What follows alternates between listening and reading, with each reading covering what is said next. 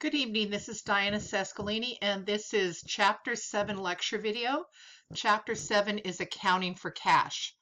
Let me park myself up here in the corner, get my little laser printer going, and let's talk about Chapter 7. This is all about cash. Everybody loves to talk about money, and so that's what we're going to do about this chapter. So just so you understand, in a small business, cash does not necessarily just mean paper bills.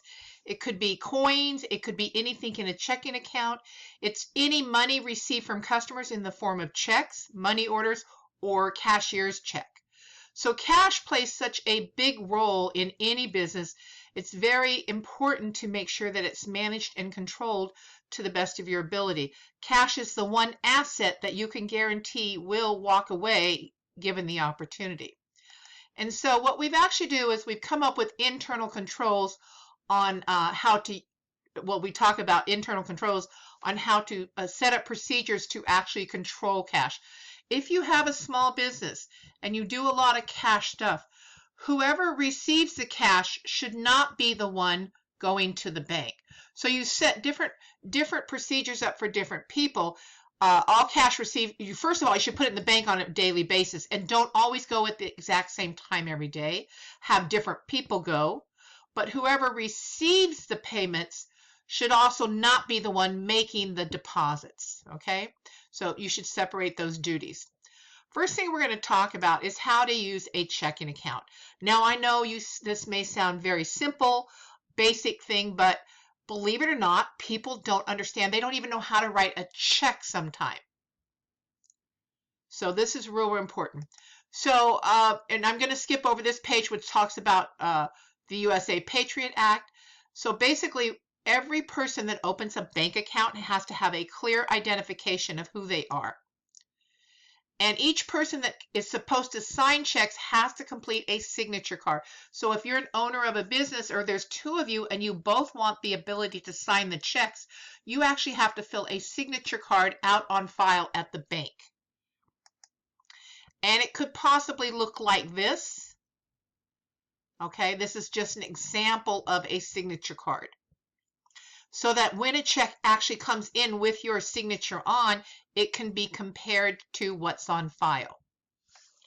So when you open a bank account, you're going to be, most of the time, you're going to be filling out deposit slips, especially if you have lots of cash coming in or you have lots of checks coming in. And so we're going to learn, this is basic information. Hopefully I'm not insulting anybody. I'm teaching them how to fill out a deposit slip. In today's world, if for personal reasons, we just go to the bank, we go to the ATM, we put in a check, we don't have to fill anything out to submit it. But when you're talking about a business that has lots of cash and coins and checks, you can't put that through an ATM. You actually have to go to the bank and fill out proper paperwork. Okay? So a deposit ticket shows a detailed list of all the things you're putting in the bank, whether it's bills, coins, checks, everything is listed separately. Each check has something called an ABA number. It's found in the upper right-hand corner, and you should actually write that on the deposit ticket. Every check that you put in should be endorsed by you or whoever's name is on the bank.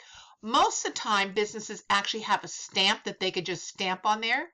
However, in case you didn't know this, you could just write for deposit only. Okay, so a blank endorsement is where you simply sign the back of the check. That's no big deal.